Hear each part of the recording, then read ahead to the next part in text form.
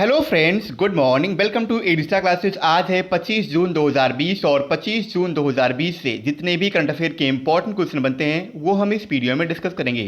साथ ही मैं आपको हर एक क्वेश्चन से रिलेटेड इंपॉर्टेंट फैक्ट बताऊंगा, तो आप हमारा वीडियो पूरा और एंड तक ध्यान से देखिए। लास्ट में मैं आपसे क्वेश्चन पूछूंगा, आप उस क्वेश्चन का जवाब नीचे कमेंट बॉक्स में दे सकते हैं। साथ ही क्वेश्चन से जुड़ी जितनी भी जानकारी आपके पास अवेलेबल हो, आप उसे नीचे कमेंट बॉक्स में लिखा कीजिए ताकि आपका प्रॉपर तरीके से रिवीजन हो सके।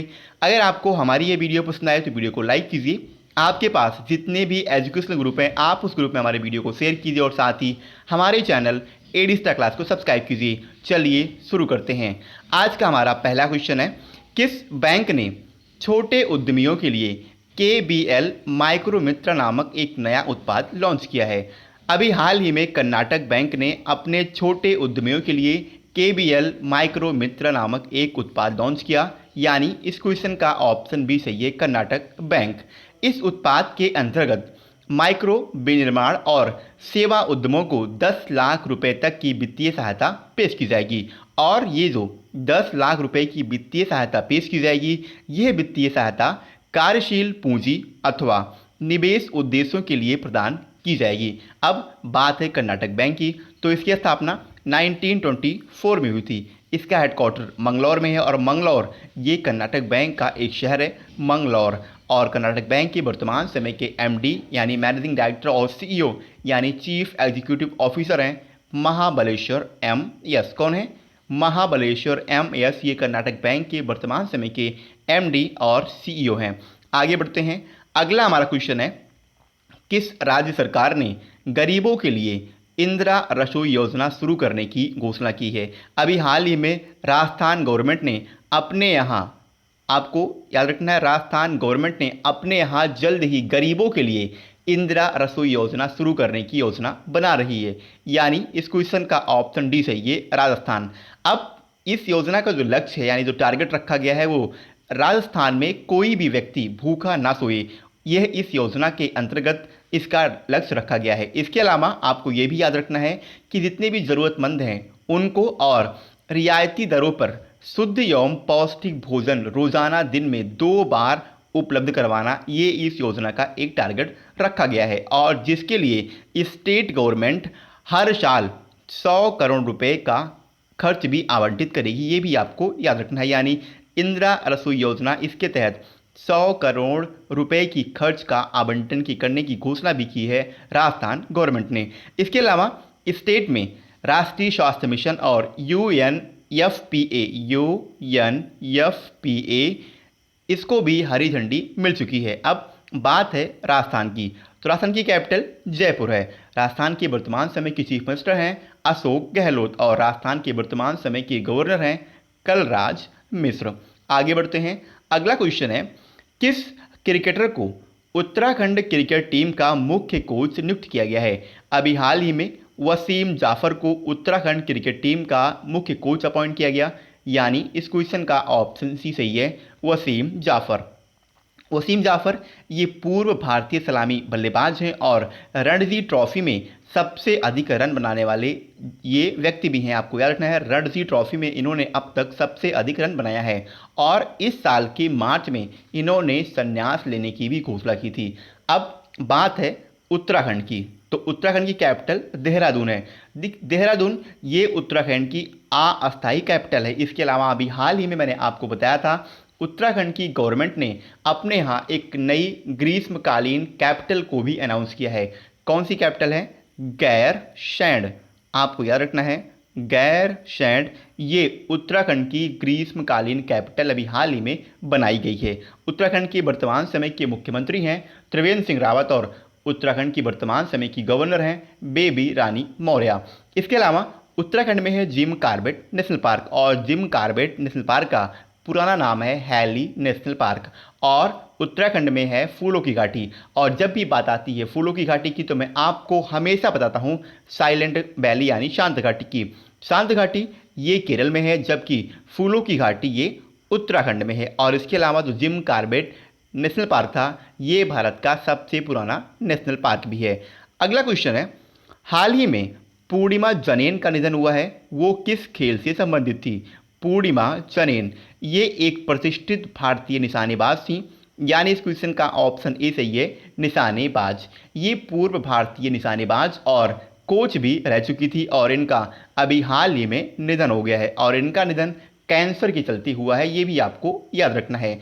इन्होंने कई टूर्नामेंट जैसे ISSF world cup, Asian championship, Commonwealth championship, इसके अलावा इन्होंने कई टूर्नामेंट में भारत को लीड भी किया है और इसके अलावा जनेन के नाम 10 मीटर एयर राइफल स्पर्धा में राष्ट्रीय रिकॉर्ड भी दर्ज है। आगे बढ़ते हैं। नेक्स्ट क्वेश्चन है, किस राज्य के मुख्यमंत्री ने कंप्रेस्ड बायोगैस प्लांट यानी CBG का उद्घाटन किया है? अभी हाल ही में तमिलनाडु के मुख्यमंत्री ने कंप्रेस्ड बायोगैस प्लांट यानी CBG का उद्घाटन किया, यानी इस क्वेश्चन का ऑप्शन बी सही है, तमिलनाडु। तमिलनाडु के वर्तमान समय के मुख्यमंत्री हैं एडापट्टी के पलानीस्वामी और इन्होंने एक जगह है नमक्कल, आपको इस जगह का नाम रखना है, नमक्कल। इसी नमक्कल में इन्होंने इस कंप्रेस्ड बायोगैस प्लांट यानी CBG का उद्घाटन किया है और इन्होंने केंद्रीय पेट्रोलियम और वर्तमान समय के प्राकृतिक गैस मंत्री हैं धर्मेंद्र प्रधान, इन्हीं की उपस्थिति में वीडियो कॉन्फ्रेंस के माध्यम से इस संयंत्र का उद्घाटन किया है। और ये जो CBG है, CBG को 25 करोड़ रुपए की लागत से तैयार किया गया है, ये भी आपको याद रखना है। कितने?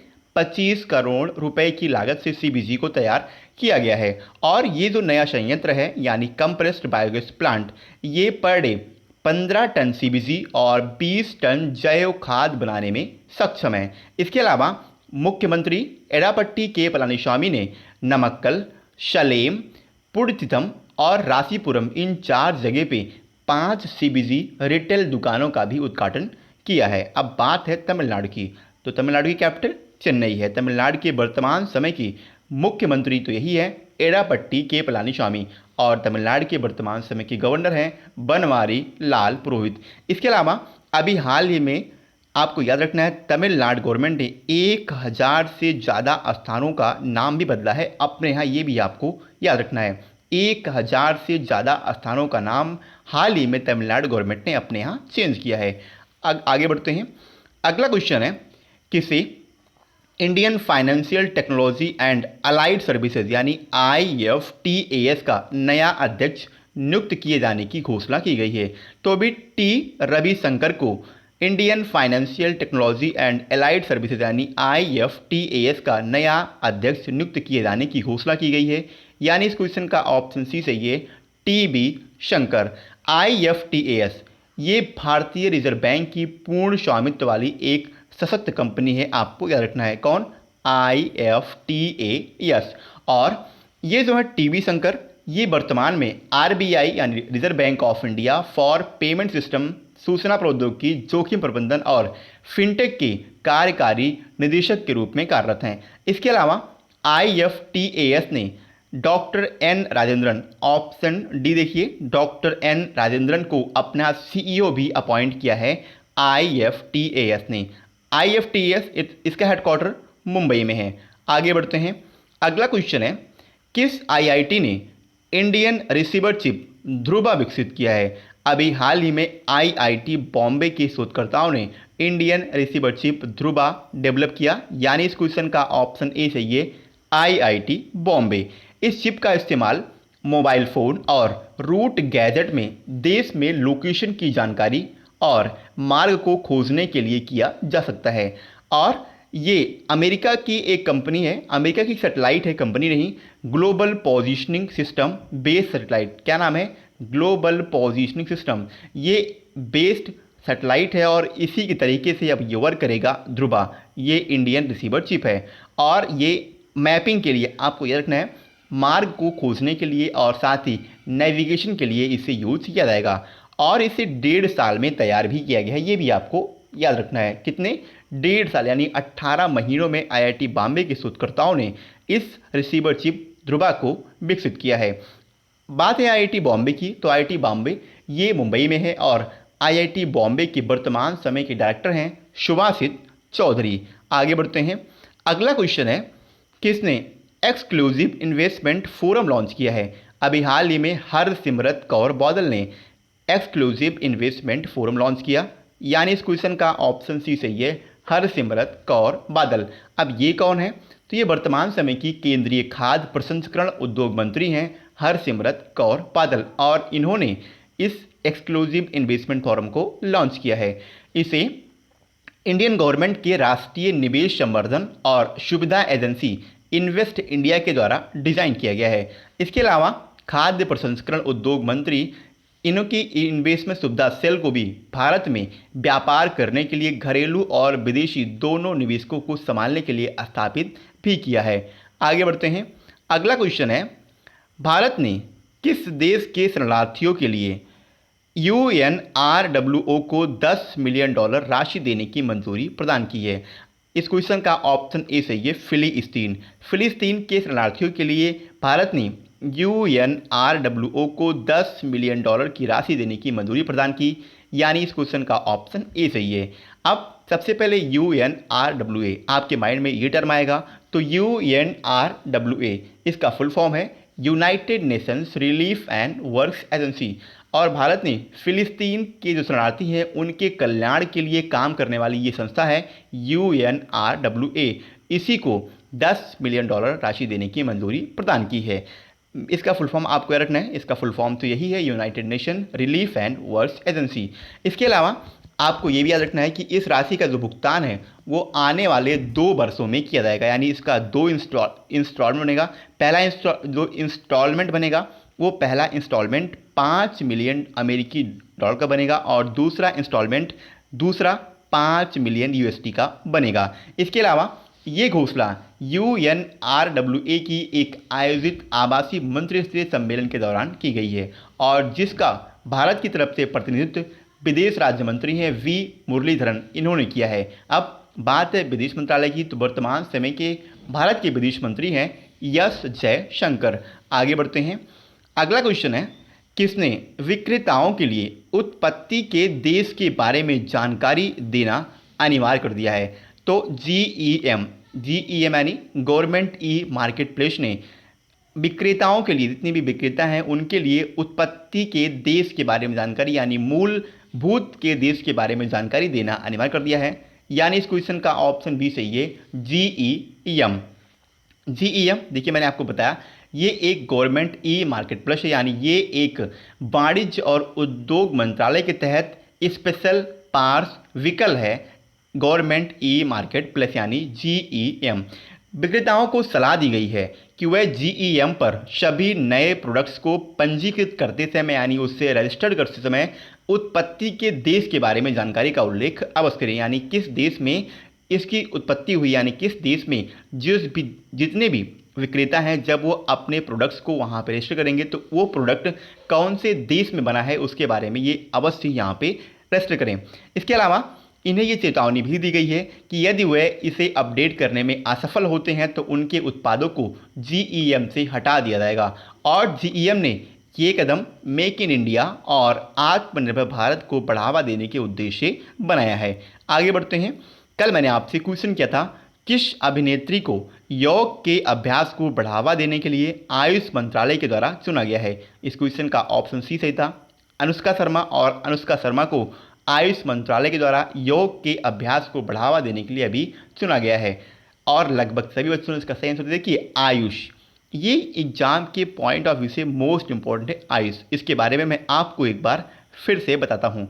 आयुष इसका फुल फॉर्म है A for Ayurveda, Y for, याद रखना है AYUSH, Y इसका है योगा एंड नेचुरोपैथी, और इसे आप हाईलाइट कीजिए Y को, योग एंड योगा एंड नेचुरोपैथी। इसीलिए आयुष मंत्रालय के द्वारा योग के अभ्यास को बढ़ावा देने के लिए अनुष्का शर्मा को चुना गया है। इसके अलावा अभी आयुष मंत्रालय ने एक पोर्टल लॉन्च किया है, उसके बारे में आप नीचे कमेंट बॉक्स में बताइए, क्योंकि कल मैंने उसके बारे में आपको पूरा डिटेल से बताया था। Y फॉर यूनानी, S फॉर सिद्ध एंड H फॉर होम्योपैथिक।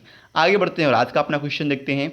आज का हमारा क्वेश्चन है, किसने भारत के पहले virtual health care and hygiene expo 2020 का उद्घाटन किया है? क्वेश्चन के 4 ऑप्शन हैं, अर्जुन मुंडा, डॉक्टर हर्षवर्धन, मनसुख मंडाविया और नरेंद्र मोदी। आपको क्वेश्चन के बारे में जितनी भी जानकारी पता है आप उसे नीचे कमेंट बॉक्स में लिखिए, जिससे कि आपका प्रॉपर तरीके से रिवीजन हो सके। अगर आपको हमारी ये वीडियो पसंद आई तो वीडियो को लाइक कीजिए। आपके पास जितने भी एजुकेशनल ग्रुप हैं आप उस ग्रुप में हमारे वीडियो को शेयर कीजिए, साथ ही हमारे चैनल एडी स्टार क्लासेस को सब्सक्राइब भी कीजिए। आज के लिए इतना ही। वीडियो पसंद आई हो तो वीडियो को लाइक कीजिए। जय हिंद।